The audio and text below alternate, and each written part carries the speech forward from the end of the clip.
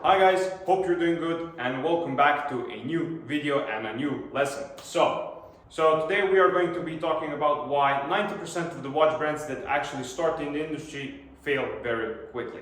So in today's video I'm going to discuss what I mean by failure and what are the reasons for that specific failure. A little bit of background on me. My name is Dominic Kalagia. I am a professional watch designer. I own a watchdesignstudio.com, which is a watch design studio where we offer watch design services for people that want to get started into the industry and get started with their own brand. And we also help existing brands expand their collection by creating new designs, right?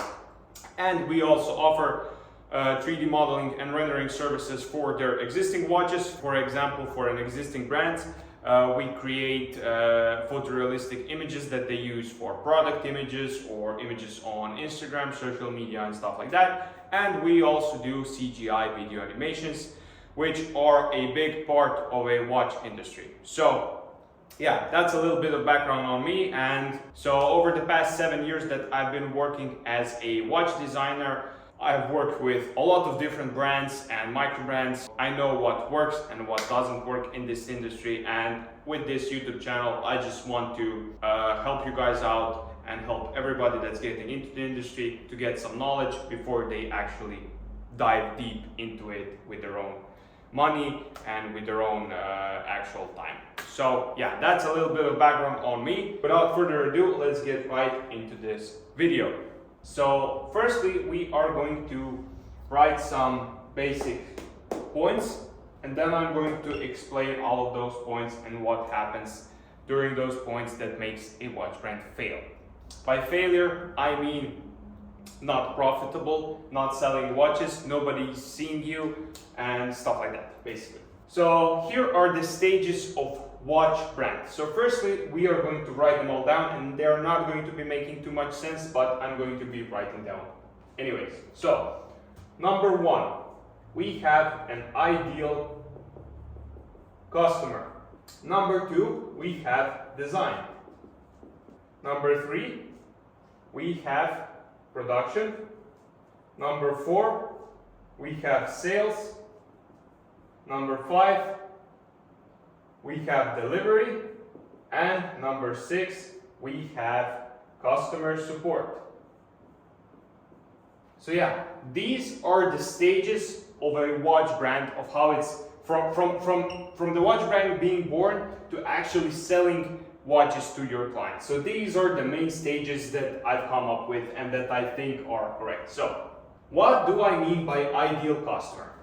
Since this watch design business is a very passion sort of business, and there is a lot better businesses that are easier to make profitable, this is a passion business. And because of that, people that start this business, they want to design a watch for themselves and sell it. But that's not the case of how it should go, right? Because when you like a watch, it doesn't mean that everybody else will like that specific watch. So a lot of the times, people have come to me, okay, please design this, I like this very much. But it's so ugly and it doesn't make any sense, and no one is going to buy it because of that. But they like it specifically. And a lot of times people design a watch they like and try to sell it. But when you're trying to actually make a brand profitable, you first have to identify your ideal customer. Your ideal customer is someone that's going to be buying your watches at the end. So then you have to niche down, and that's what we've talked about in the previous videos. I know I'm going fast, but this is all just pouring out of my mind. So yeah, you have to decide what your niche will be and what your ideal customer is going to be. Is your ideal customer going to be somebody that likes diving and that is passionate about diver watches? So based on that, you have to decide what your niche is going to be. Are you going to be producing racing chronographs? Maybe that's your ideal customers. Are you going to be going into women's watches? Are you going to be making fashion watches like Daniel Wellington, for example, or Vincero watches, or some other bullshit like that? But we're talking about micro brands here. You have to decide your niche. And a lot of people don't do their niche, and they just try and design a watch which then doesn't sell because it's the watch that only they will like. So a lot of people start a lot of people actually fail before they've even started a watch brand because they don't have an ideal customer and they don't have a niche which they will go into and sell their watches to. This is the first point. Then we come on to the design. So here there is a lot of things that people can go wrong. But as we've said in the previous videos, design is the foundation of your brand. You can have everything else here, the production, the sales, delivery, customer support, everything great. But if your design isn't good and is not going to look appealing for your ideal customer, it's not going to be selling for very long, right? Because you will be spending tons of money on Facebook ads, tons of money for sending out your watches to reviewers, and you'll just be wasting your time and wasting your money for a brand that's not going to last because your design doesn't fit your ideal customer. And I know this all just doesn't make too much sense, but I'm trying to connect the dots for you guys. So what people usually do wrong here is hiring cheap designers. This business takes some money to start, and people will put a lot of time into production, making the website look good, spending on everything else, but they will cheap out on hiring a designer. A lot of times, 90% of the times, people come to me, hey Dominic, can you design this watch? Okay, yeah, no problem, I can. It's going to cost $3,500. Yeah, that's way too much, I can find somebody cheaper. Okay, I wish you the best of luck.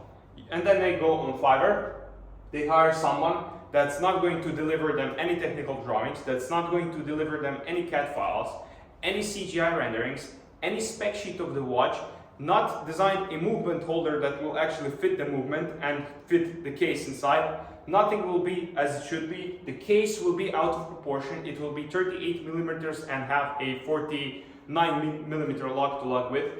So that's what I mean hiring cheap designers. That's one big ass mistake, and then they come back to me, hey Dominic, can you fix this design? No, I cannot fix the design. I can only start from scratch and create you an actually good design. So that's one thing. Then what they also do is choosing already made designs. What do I mean by that? A lot of people, they just want to start their own brand quickly. They just want to start making money immediately. Then they go to Alibaba, they choose some manufacturer that already has a kind of a good design, and they just slap their own logo onto it, and then they try to sell it. And with that thing, it's just going to happen the same mistake as always, right? They will cheap out on the design, the production and everything will be alright, okay, but it's not going to last because your design is shit for your ideal customer anyways. Then the third thing that also happens a lot of the times, they copy other brands. And I've seen that done many times. As Richard Mille became popular, a lot of people that wanted to start their own brand, they were just copying Richard Mille all throughout. So I've gotten multiple requests to design Richard Mille copies. So that's one example. Also, Studio Underdog. You can see a lot of different people are trying to copy their brand and what they are doing. That's one good example. And then the best example, almost everybody is starting a watch brand that's around diver watches or some sort of design like that. Everybody's copying Rolex Submariner. So that's something that's not going to work long term, because everybody that will be buying your watches that look like a Rolex Submariner, their only reason why they are buying your watches is because they actually want a Rolex Submariner or a Richard Mille or a Studio Underdog, but they can't afford them right now. So you're not going to be getting long-term customers with that approach to your design. And as I said, design is the foundation of your brand, and that's the first thing, actually the second thing after identifying your ideal customer, that you have to get right. So the design is the most important. It's like the foundation of your brand, right? So if that's not good, the house that you're building on your foundation is just going to fall apart. Then we come on to the third stage, which is the production. And the only big mistake that you can make here is by choosing wrong manufacturer. So I know my handwriting is bad, but this is mostly for my brain to like kind of see it, not for you guys that much. But this is just so you can like connect the dots a little bit better. So how you can choose a bad manufacturer? If you ignore their English, for example, what I mean by that, if their English is very, very bad and you cannot communicate with them at any professional level, then they are very bad. Because what's the point of doing business with them if you cannot communicate? Maybe you're going to produce watch one time, two times, but it's just going to waste your time and piss you off in the long run. So just ignore any manufacturer that doesn't speak English, at least to some degree, good. And usually why people do that is because those manufacturers have oftentimes the cheapest product. So they want to cheap out on their product. They have like a good price, good offer, and they will ignore the English speaking fact, the fact that they don't know how to speak English. They will ignore that only because their watches are cheap and they want to spend as little money as possible on their production. Also, any manufacturer that you choose should be able to offer at least 5 to 10 different samples at the beginning. So whenever you have your watch design ready, send it over to them and they should be able to give you the option to produce 5 to 10 samples. You should not do that. I'm not saying you should do that, but you should have the option to. Also, in the bulk production, they should have minimum at least 300 pieces minimum order quantity, because in my experience every manufacturer that has any less than that is cheap, doesn't speak English, and is a bad manufacturer. So that's also a mistake people make oftentimes and makes the brand fail or slow down at the end. Fuck, I forgot one point. Okay, let me rewrite that because that is not correct. It should be like this.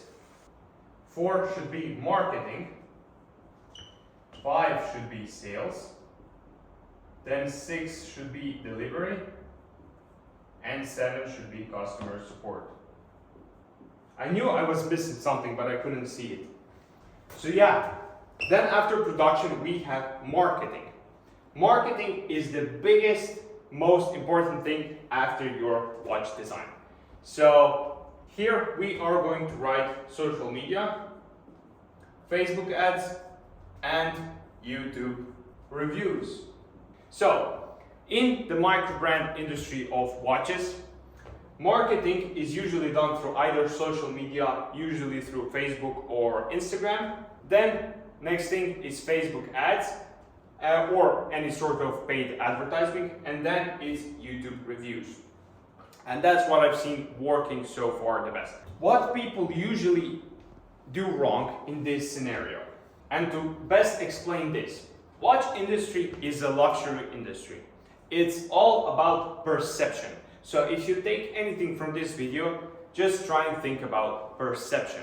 Everything is about perception. If you take a look at the biggest possible brands, Rolex, Patek, Richard Mille, Hublot, which is not really a good brand, but Hublot, Omega, Vacheron, everybody is trying to manage their social media and their overall branding to be as luxurious as possible. If you go to Rolex website, for example, every post they create is going to be top notch.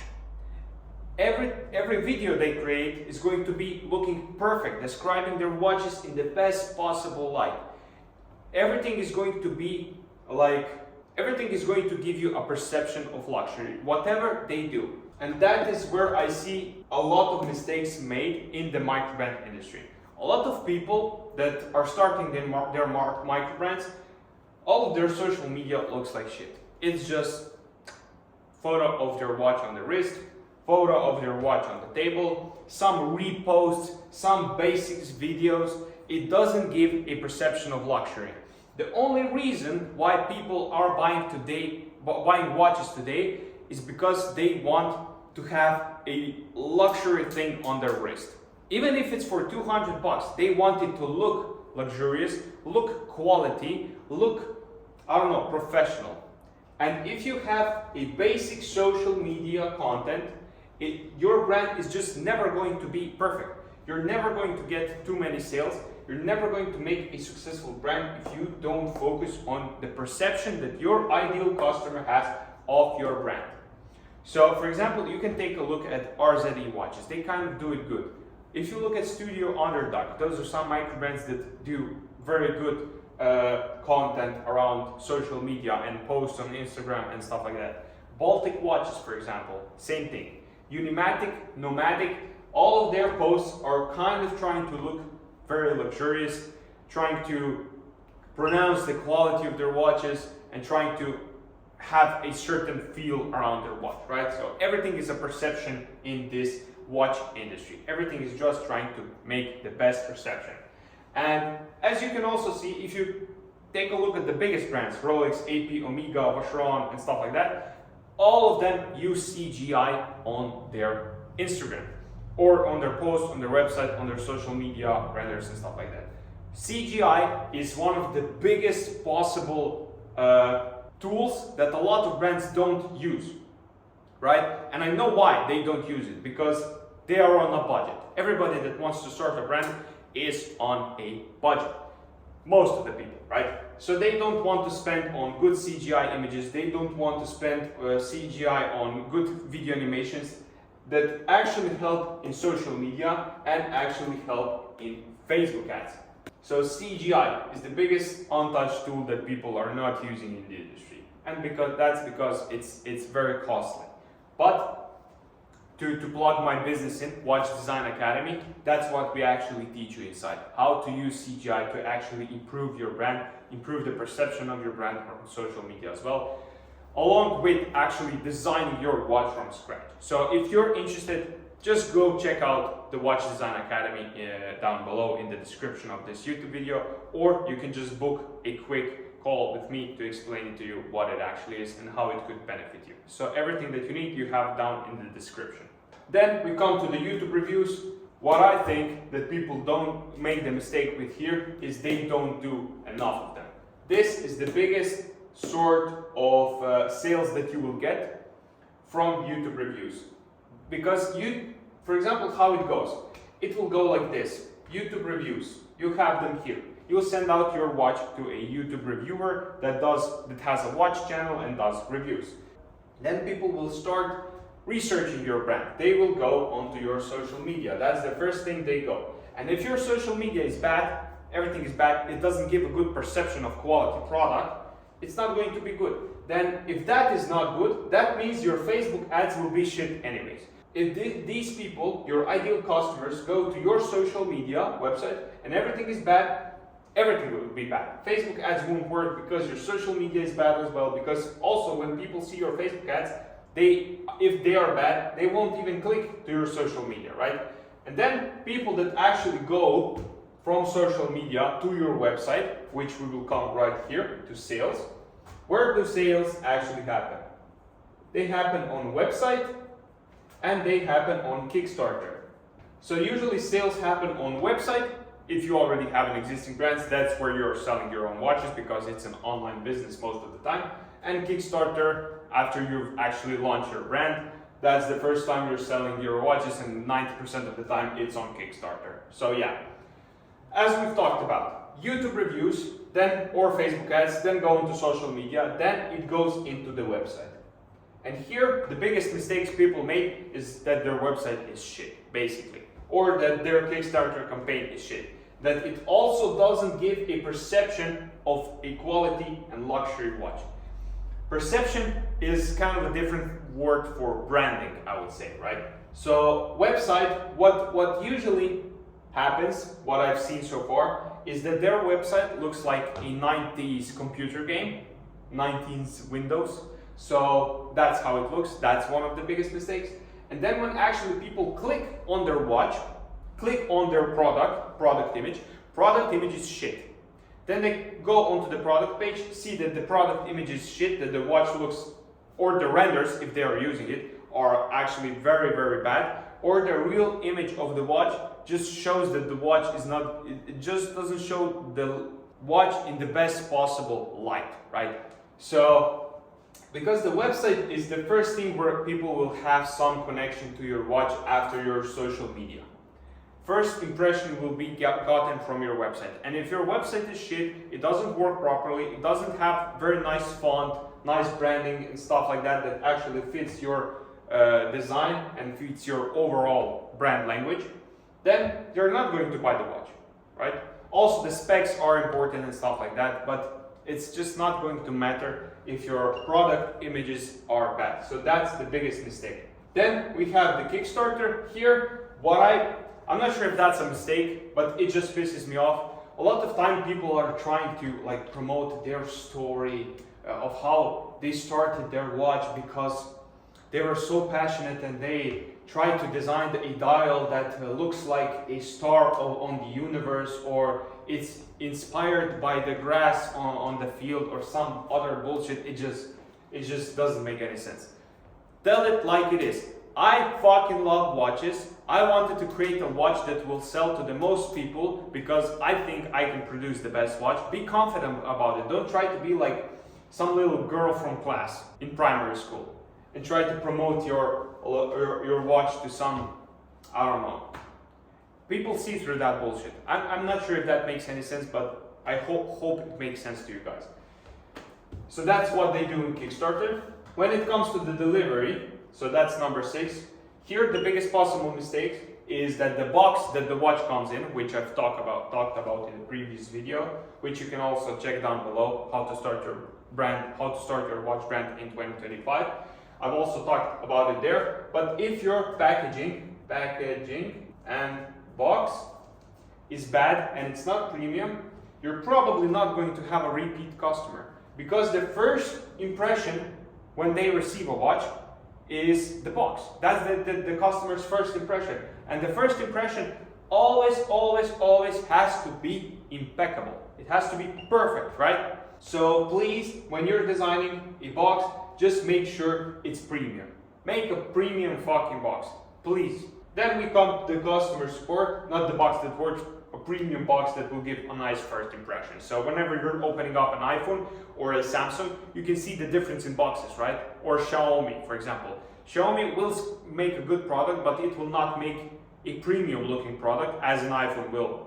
And you check out those boxes compared one to another. So then we come to customer support. Here I will just write not available. I'm not sure even if that's correctly written, but customer support. A lot of times when I don't have too many clients to do watch designs for, I go ahead and reach out to a lot of different brands if they need help with either CGI, watch design, or anything else basically. And the usual automatic response that I get, currently we are out of the office, we will get back, we will try and process this request, and we will try and process this request very quickly, and we will get back to you within a 48-hour window. And guess what? They never do. They never get back to me, and that's one of the reasons why people that actually come and buy your watches, and when they do have an issue, because it will happen, there is no place on earth where issues don't happen regarding watches, they will try and reach out to you, and you have to immediately reach out to them, immediately fix the issue, because that will give a perception of your brand taking care of its ideal customers right here, right? I hope this makes sense. I really do hope this makes sense. So let's go over it once again. The biggest issues that brands make is not identifying their ideal customers. So they just design a watch that they like and not their ideal customer. And they try and sell their design to someone else that is not their ideal customers. Then we come to number 2. Most people make mistakes of hiring cheap designers, choosing already made white label designs and just slapping on the logo onto it, copying other brands like mostly Richard Mille, AP watches, trying to do that, copying Studio Underdog, for example, trying to make a copy of a Rolex and sell that. That will probably work for a while, but it won't work long term. Then we have the marketing. Here, it's all about perception, as we talked about. Their social media presence is either non-existing, or they post very little, or when they do post, it's not quality post, and it doesn't give a perception of a good quality product and a brand. Facebook ads, they just spend way too much money on that. they could just spend it more on YouTube reviews. But then again, we've said the biggest mistake is that social media content is not good. And then any people that come from either Facebook ads or YouTube reviews on social media, they just see bullshit posts. They don't see any active stories. They don't see any presence on social media, right? And then if that's all good, when they come to the website, if your website is shit, which is one of the biggest mistakes during sales, you're not going to get a sale if your website looks like a 90s computer game, as we've talked about previously, and if your Kickstarter is just bullshitting people and trying to sell them your watch with some bullshit words like inspired by, trying to cut off the middleman, blah, blah, blah, blah. And delivery, here the biggest mistake is that they cheap out on the box. So please guys, spend money on all areas when producing your watch, because that will ensure that your brand lasts for a long time. And then the last thing is customer support. Please try and take care of your customers. Your customers are what will make the brand go around, what will make it run, what will make it profitable. They are what the brand is about, not you, right? When they want something from you, they reach out to your email, answer. Please try and answer with as minimal friction as you want, minimal friction as you can, in as least time as possible. You don't want to reach out to them back next week because there is a holiday or some other bullshit. This is the value of the video. I know it's not that entertaining and it's all over the place, but with this YouTube channel, I just want to promote my businesses, Watch Design Academy and WatchDesignStudio.com, of course, but I do want to provide to you guys as much value as possible and everything that I've learned over those 7 years working as a watch designer. So hope you liked the video. If you did, press like, press share and click subscribe on the YouTube channel. It does help a lot. So yeah, I'll see you guys in the next video. And once again, if you're interested in learning how to design your own watch and skipping the process of hiring a designer or choosing an existing watch through Alibaba or some other bullshit, go ahead in the description, click the link down below in Watch Design Academy website and go at least check it out. It will help you a lot. Take care and see you next time. Ciao.